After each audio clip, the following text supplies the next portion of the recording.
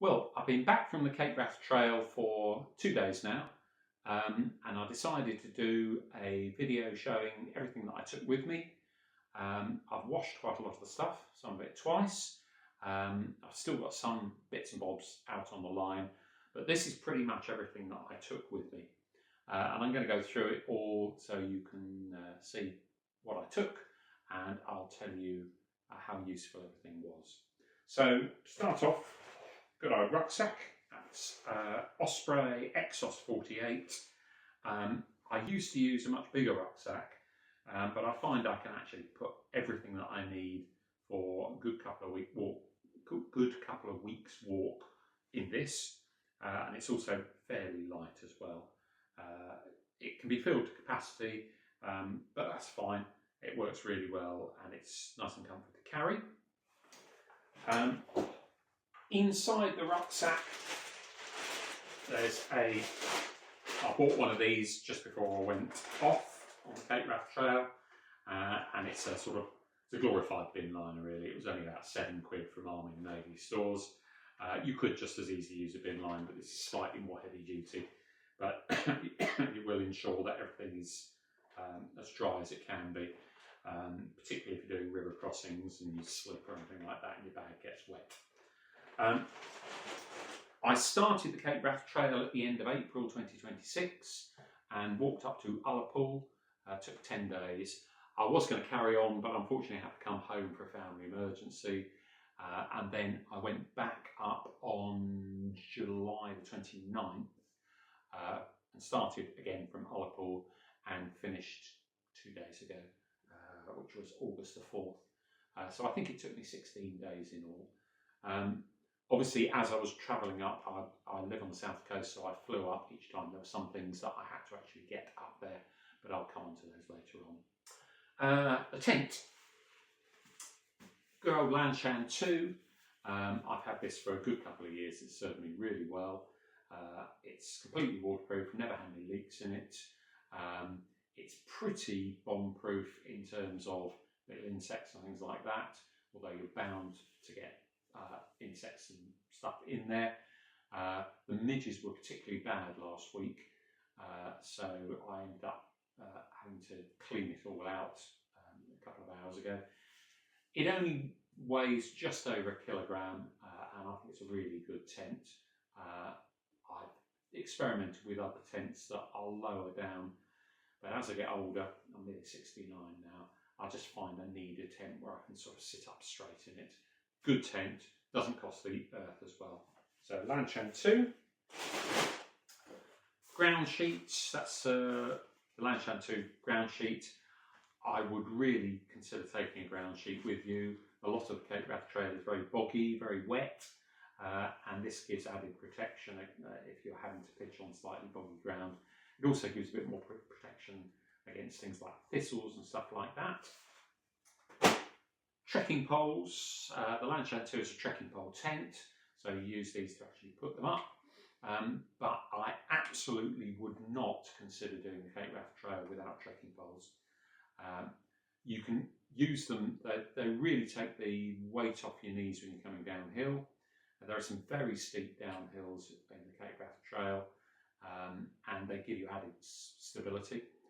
For going uphill, they take some of the weight off your legs as well, but most importantly for the boggy conditions, and there are loads of boggy conditions, they're very good for sort of feeling your way and giving you added stability. Despite this, I did go up to my chest in a bog at one time, but particularly for the last, the bit from Ullapool to Cape Wrath, and particularly for the last day walking across the peatlands to the lighthouse, they're so useful. Don't consider going on the trail without these. These are black diamond ones. I find them really useful. They're not too heavy. They're pretty strong. I did actually bend one of these on the Pennine Way last November when I slipped and went down on one. So these are relatively new, but they're great. I always put a bit of duct tape around each one, just in case I need them for repairs. I found I had a tiny little hole in the mesh on my tent I hadn't noticed, So I used one of the bits of duct tape to seal that up to stop the midges getting in. My sleep system, Thermarest Neo Air. It's expensive, but it's comfy and pretty bomb-proof as well. I use this to sleep on every night. It's got the sack that you use to inflate it in as well. I used to use a flex tail pump, but I couldn't be bothered with that anymore. So I used the inflating sack in there. And it's also got a puncture repair outfit, which I haven't had to use yet, but if I do have to use it, it'll save my bacon. A flex tail pillow, which is fine. It's not, I don't really like this system that's got a bit that falls out here if you're not careful, but it works okay. The main reason I got this was because it's got a strap on it and you can put it underneath your mattress to sort of save it wiggling around at night. My sleeping bag, I used a Rab Ascent 500. I know you're not supposed to wash them yourself, but I do. I don't wash it that frequently, but I do wash it whenever I come home from a long walk. And I find actually it dries out on the line pretty well. You just give it a really good fluff up to get the feathers back. It's starting to lose quite a lot of feathers, but it was fine. In the first bit of the Cape Wrath Trail, it was great because it was quite chilly then. In actual fact, I had sleet on one day in May. For last week, it was a bit too hot, but I unzipped it and stuck my feet out. But it's still nice and comforting. And I used a Rab Silk Ascent sleeping bag liner, which is very light, but actually saves the sleeping bag getting too mucky. So I always take that. My friend always laughs at me for taking my Alpkit bivvy bag with me. He always says, you either need a bivvy bag or a tent, and I agree with him, but actually I wanted to take it on the Cape Wrath Trail because I knew if something happened to my tent, I could be in a dangerous position, and this gave me a bit more security. It also, in April and May, gives you an extra added layer of warmth if you put your sleeping bag inside it, and stops the condensation, so that works well. I took it with me last week, but I didn't really need it because it was much warmer. But I still feel more secure taking it with me. Worst comes to worst, I could sleep out on it. Wouldn't be particularly comfortable, but I could. And it only weighs something like 350 grams, so it's not too bad.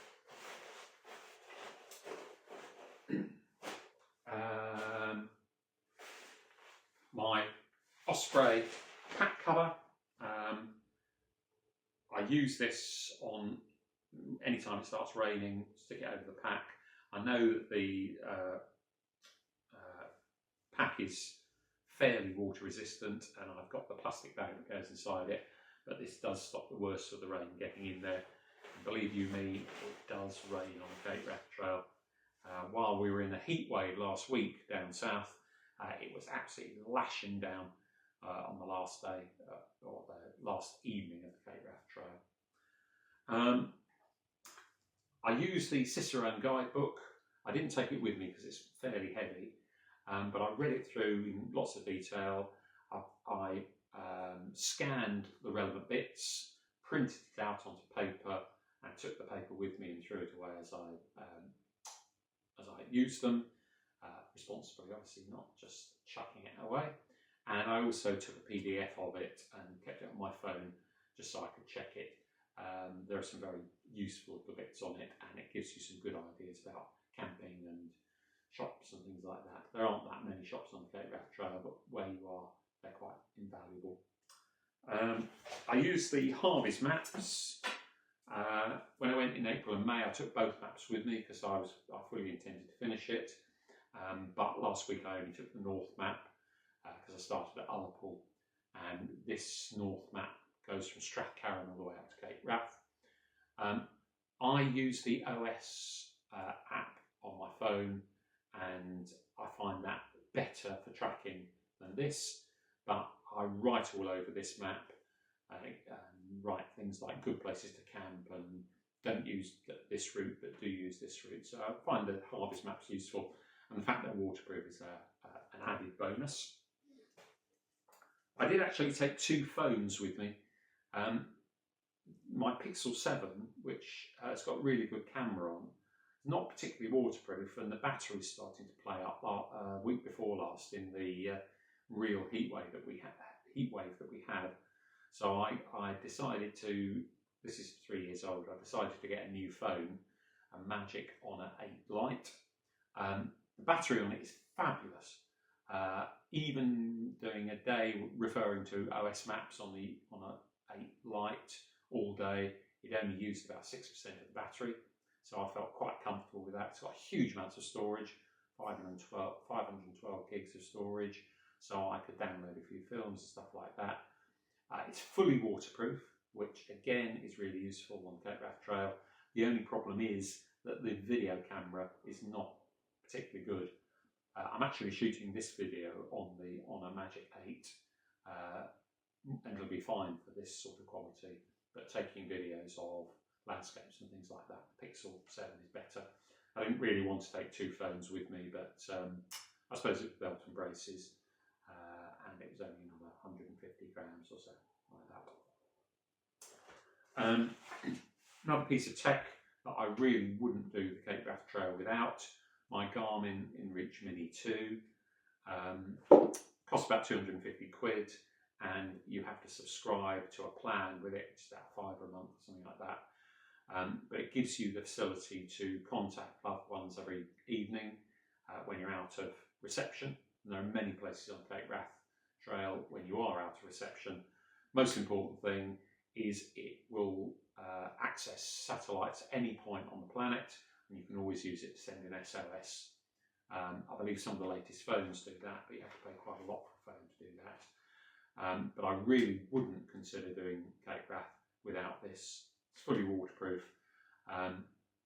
As in any trail, there are always dangers. You can always slip and break a leg or something like that, and this will call for help at any point, at any time.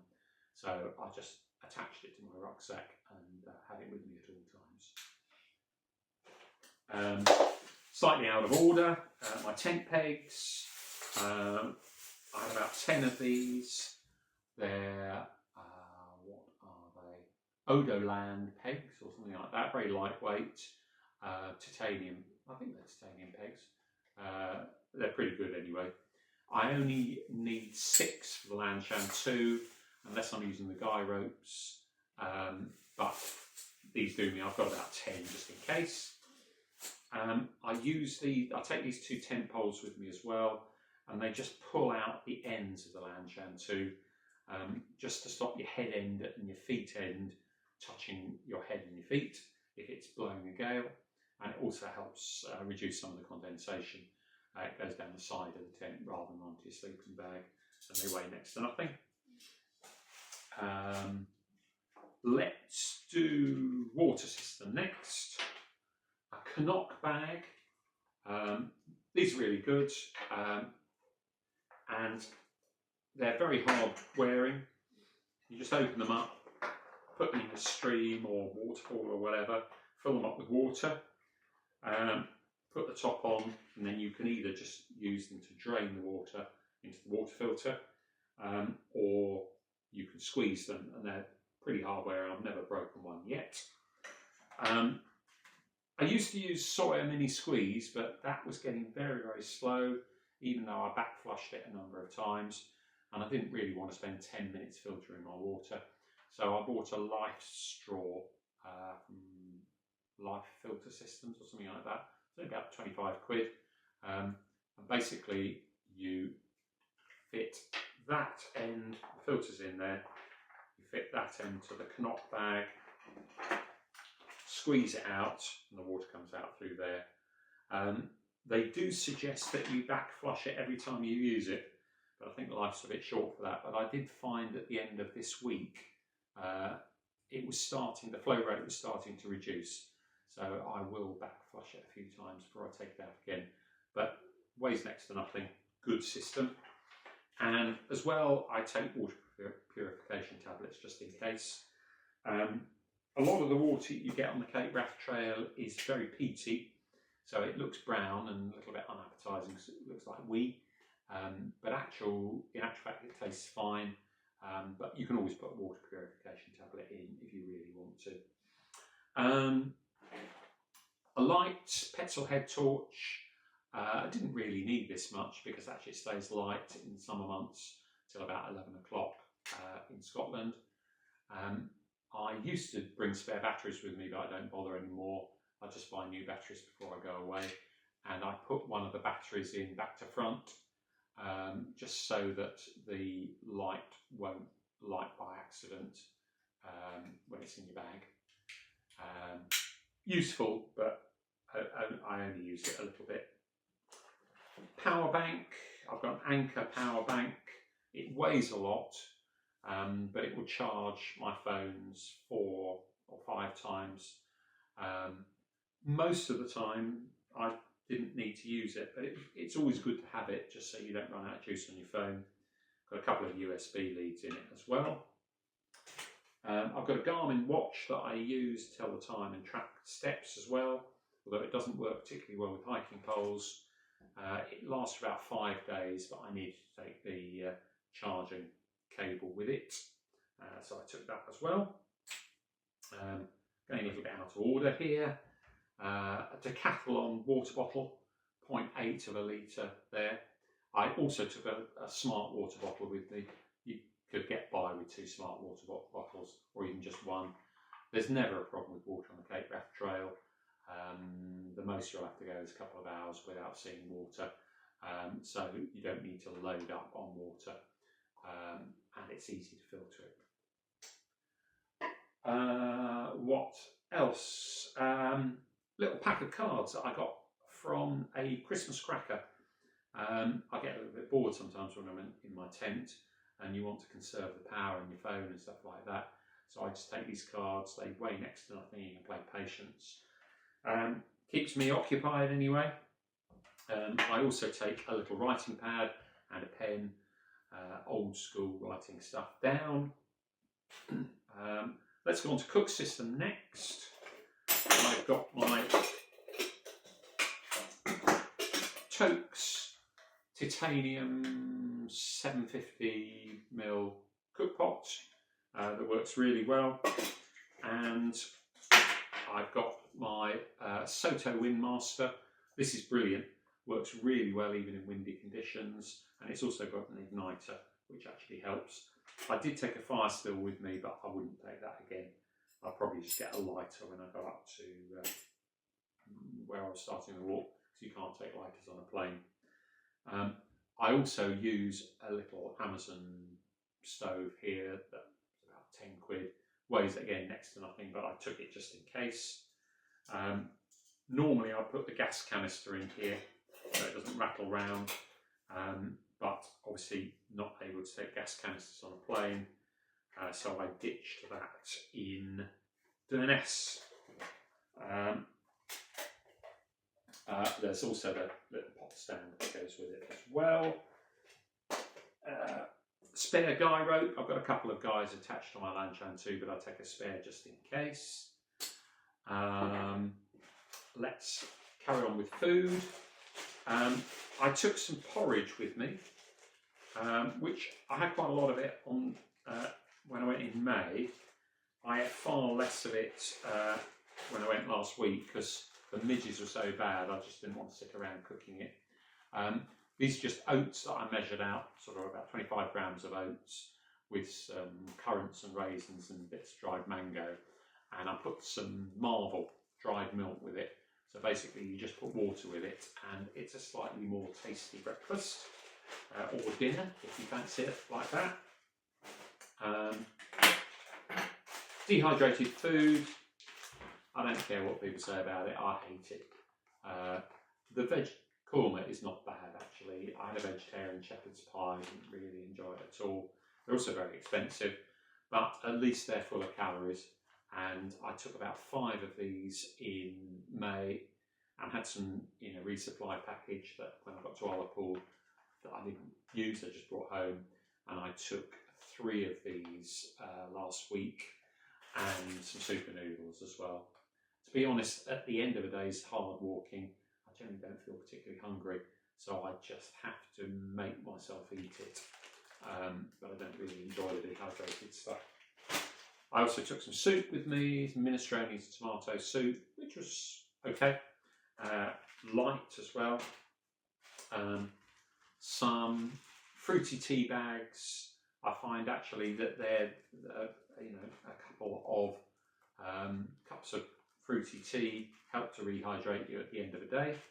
A couple of hot chocolates, good if it's cold, quite nice and warming, and a good source of calories. My Sea to Summit collapsible cup, which is excellent, works really well and heat proof, so you don't scald your hands and stuff like that. A Sea to Summit spoon that's got a sort of knifey bit on the end, and my Opinel carbone knife, which needs a good clean and a sharpen. This is excellent. I always sharpen it before I go away on every trip, and it's good for anything you want to use a knife for. Charging plug for a phone and a USB lead.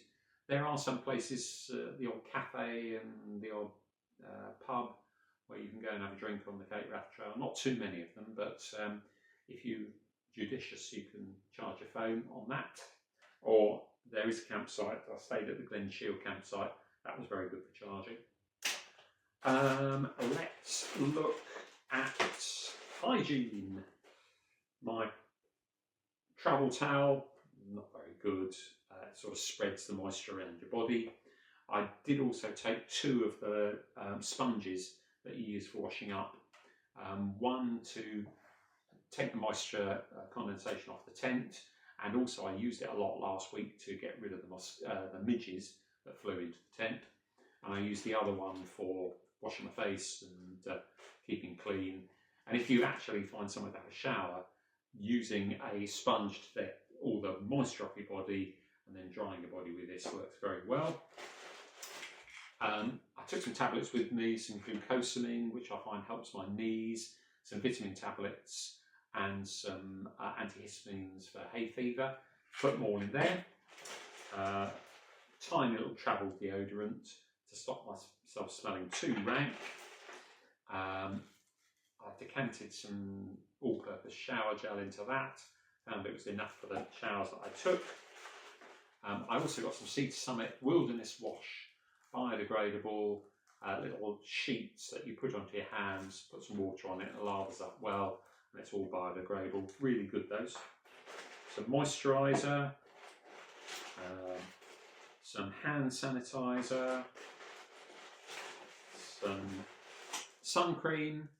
First day or 2 days in April was very hot actually, and the day I spent on Sandwood Bay a couple of days ago was also very hot, so I used sun cream. Pseudo creme. You will get wet feet on the Cape Wrath Trail no matter what you do. When you get into your tent in the evening, the pseudo creme helps to dry out your feet and stop them getting damaged. I didn't have any blisters at all on either bit of the Cape Wrath Trail, which I was very pleased about. Travel toothbrush. Don't really like these plastic ones, but does the job. Some teeth cleaning picks things. Some Theramid. Don't know where I got this from. Must have been a free gift from a dentist or something like that. But this worked well as toothpaste. But I also took some teeth cleaning tablets that you crunch up and take a little mouthful of water, and it works as toothpaste as well. So that was all the Hygiene stuff. I also took 6 tent pegs. These are really useful for just, if you get the odd decent day, for hanging a towel out and cleaning it, and hanging your wet socks out and helping them to dry. Tissues, packet of tissues. Trowel to dig a hole if you want to go to the loo. Fed up with the amount of times I've been walking and seeing people who've just left toilet paper all over the place. It's disgusting, shouldn't happen. you need to dig a hole, bury your waste, bury your toilet paper, and then animals can't get to it and it doesn't pollute the landscape. Obviously, take toilet roll with you as well. You don't need to see that. A sit mat can be quite useful just to sit down on, as the name says. This is a Decathlon one that's normally twice as big as this.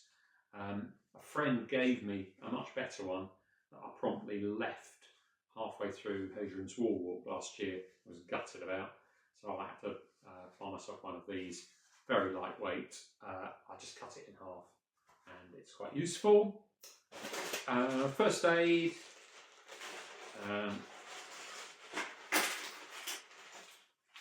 Some Vaseline if you get chapped lips, ibuprofen, paracetamol. I also took some cocodamol with me that I didn't need to use, diarrhea tablets,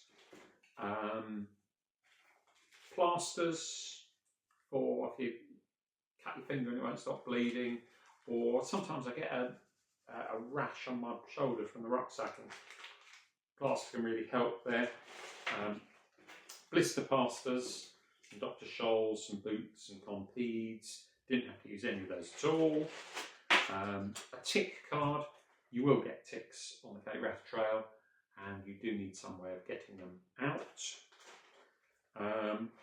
A little bit of bandage, flexible bandage that sort of sticks to itself, just in case of sprains and things like that. Didn't need to use it. Took a few of these tablets. When you pour water onto them, they unfurl and become a sort of face cloth, but they're not biodegradable, so I'll try not to use them unless I need to. Some safety pins of different sizes, just for repairs. Some little, what are they called? You know, sand down your toenails and stuff like that. Small pair of nail clippers. Earplugs, didn't need to use those. And a little sewing kit. I was very glad I took this because on, let's see, going up from Inchinadamp or to Inchinadamp, I put my foot in a big bog and it was a very heavy duty bog, and I eventually got my foot out without losing my shoes, but unfortunately it broke one of my gaiters, and I managed to clean the gaiter and then sew it back up again.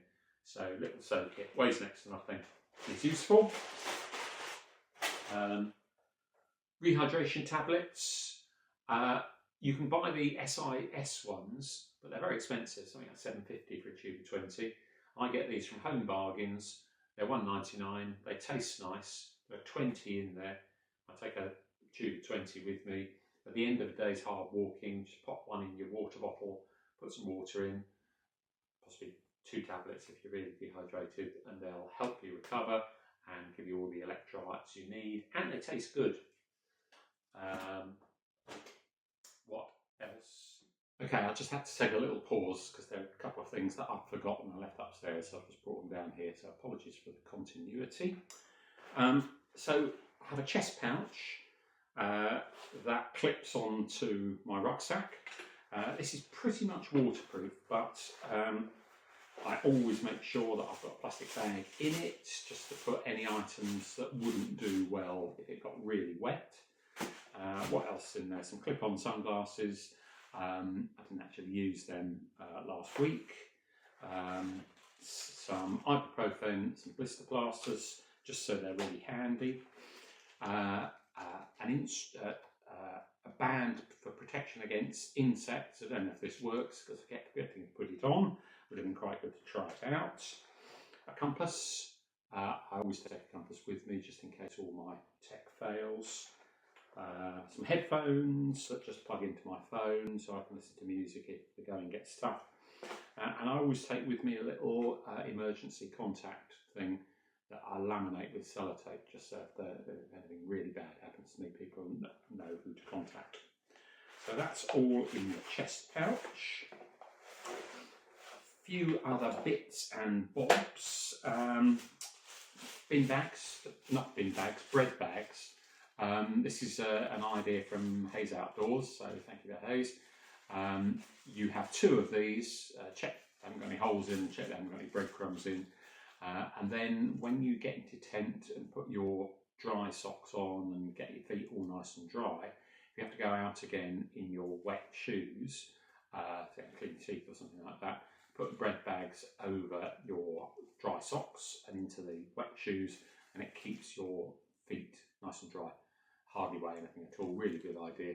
And they also double up as sort of rubbish bags and things like that. A few general sort of plastic bags, Ziploc bags, very useful for the odd bits and bobs that you have knocking around in your rucksack.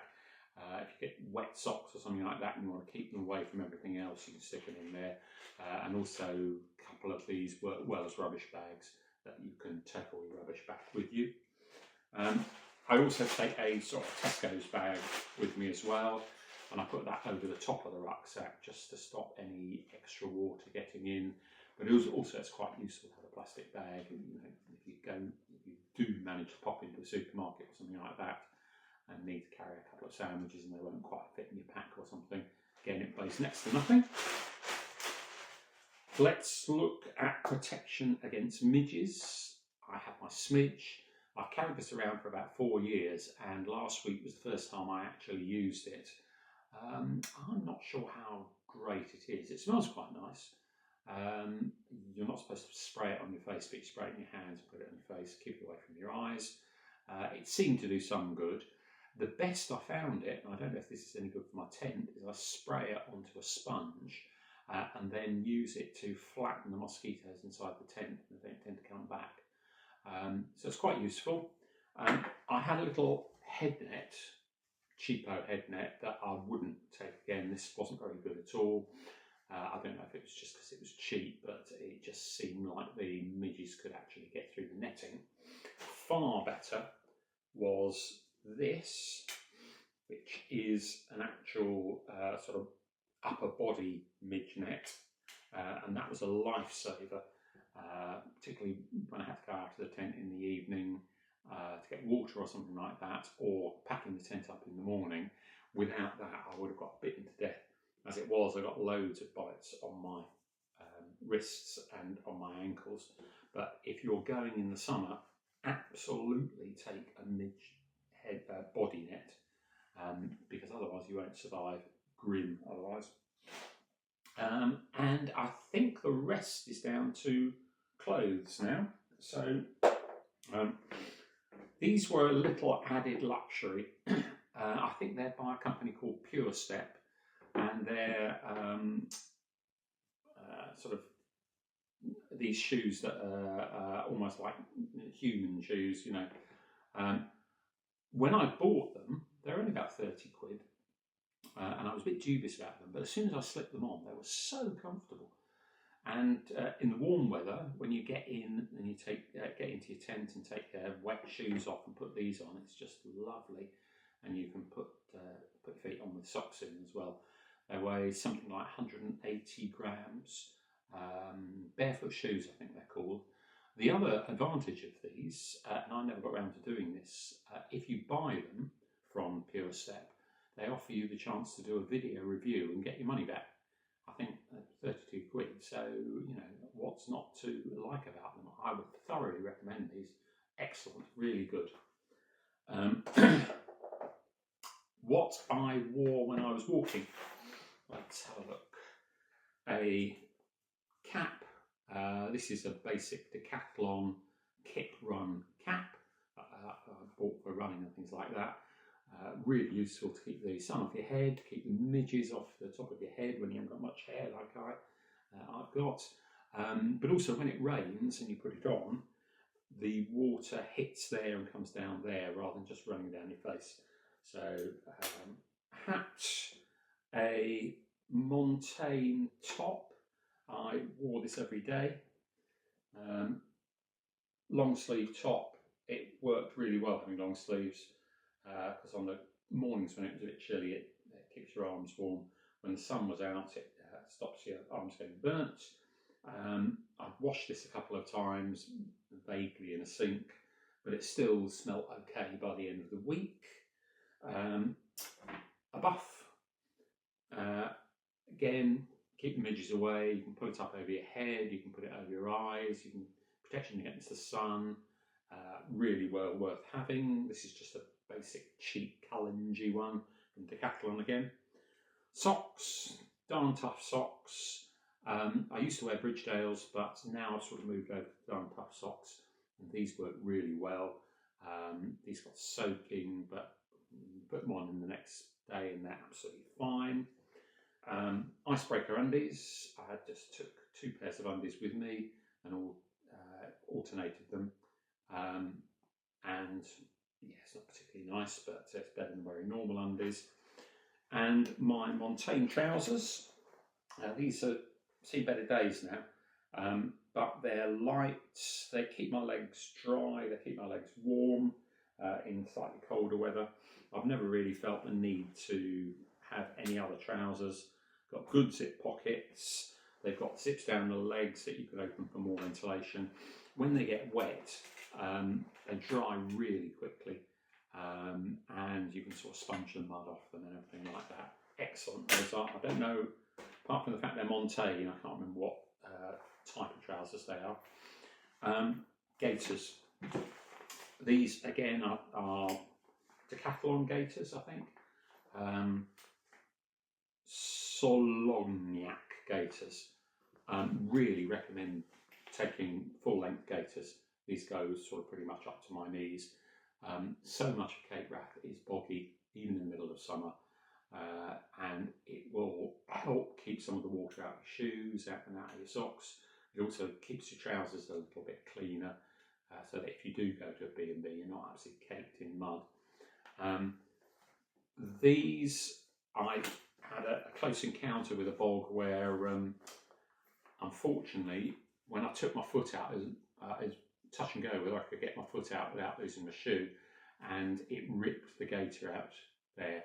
So I used my sew kit to just sew it up when I got to inch and a damp, and touch wood, it seems to have held okay. But I would really recommend gaiters. They work so well.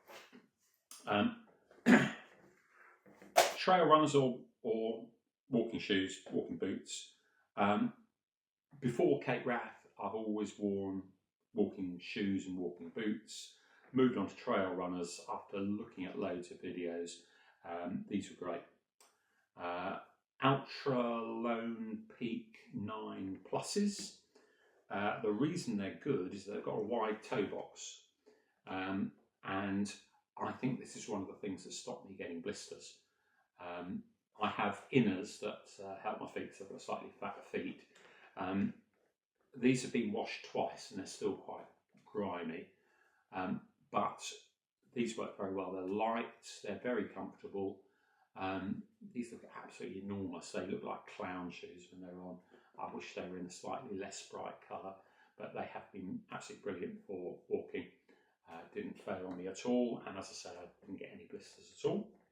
So there's my shoes, and then last but by no means least, the clothes that I took with me. I took a Montaigne fleecy thing. Didn't really have to wear this, so I just wore this once or twice in early mornings when it was just a little bit chilly, but good to have.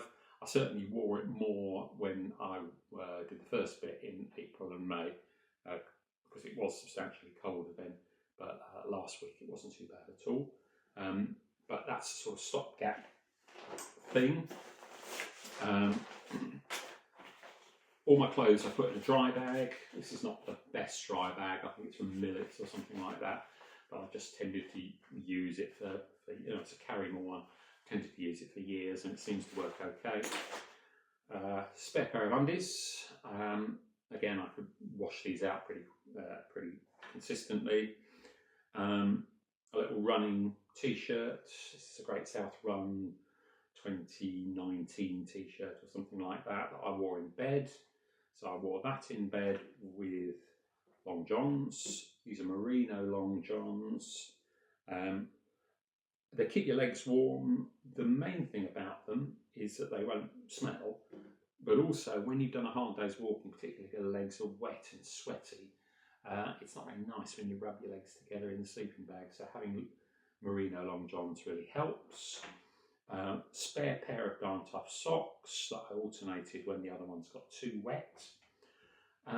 Waterproof socks. These are Bridgedale waterproof socks. I would really recommend getting a pair of waterproof socks. When I knew I had a boggy day coming up, I would put the waterproof socks on and they kept my feet relatively dry. Your feet perspire a little bit inside them, but actually it stops you getting completely soaking when you're doing a river crossing or something like that. The only downside of these is they take ages to dry. You have to dry them the right way out and then turn them inside out and dry them all over again. But I would really recommend those. A little beanie, a rab beanie. Didn't use this last week, but I used it quite a lot in the first bit of the Cape Wrath Trail. It just stops your head getting cold at night and can also keep midges away if necessary. A spare merino t-shirt. I was going to alternate this with the long sleeve Montaigne top, but actually I felt more comfortable wearing the Montaigne top. But the good thing is it gave me a sort of nice clean t-shirt to wear if I stopped in a bed and breakfast, and at the end of the walk I could change into something that didn't smell and was all wet and sticky and things like that. And a couple of little, I think these are cycling gloves, they've got slight gel inners there. I got these from Lidl or Aldi or something like that, something like £2.50 or something.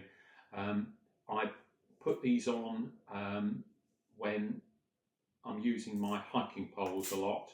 Stops your hands getting cold, but also it stops your hands rubbing against the hiking poles. So I find this quite useful actually. And last but by no means least, I've got my trusty rab puffy fleece jacket. I didn't wear that at all last week. It was just too warm for that. In the first bit of the Cape Wrath, I occasionally put that on in the evenings. I could easily have got away with not taking it last week, but there is an added bonus that I put it in my sleeping bag hood and it works quite nicely as a pillow. But I like to have this just in case, because in Scotland it can turn really cold without any sort of notice. And then lastly, my waterproofs. This is a rab top. I can't remember what it is. Downpour or something like that. It's pretty lightweight. It's starting to lose a little bit of its waterproofing now, but this has been really good. Generally, if it's really chucking it down with rain, if you put all your waterproofs on, there's nothing that can get rid of the sort of heat and humidity from your body, so you're going to get it a bit damp anyway. But this really worked wonders when I had rain, and I had rain most days. And then last but by no means least, my Berghaus downpour trousers. I've got some Montaigne over trousers, I've got some other cheap over trousers. These are the only ones that really work well. They're much heavier, something like 350 grams or something like that. And I only wore these a couple of times, but when it's absolutely chucking it down, these will keep you warm and dry. The time I used this most was on the very last day when I finished the walk and I was in Durness. It hammered down all night and all morning. So walking up to get the bus, which is only a 5-minute walk, if I hadn't been wearing these, I would have been sodden. Really worth taking. They're also the only ones that I've found where the legs open right up, and it means that you can easily get them on over trail runners without having to stop and take trail runners or boots off and things like that. I think that was everything that I took with me. Thank you for watching. Cape Wrath is a really good walk, but it's hugely challenging. You need to be well prepared for it. it's the sort of thing that if you get to start the walk and find you've forgotten something important, you're in trouble. So I think it's well worth planning it all out, what you're going to take in quite a lot of detail. I'm also going to do another video which will look at the logistics of walking the Cape Wrath Trail and go through both maps showing decent places to camp and talking about the terrain and looking at different routes and things like that. So if you're interested, please do look at that, and thank you very much for watching. And if you've liked this video, please like and subscribe. But to be honest, I'm not really fussed about all of this. I just do the videos for fun. So if you're going to do the Cape Wrath Trail, really enjoy it, but remember that you're taking on quite a substantial adventure.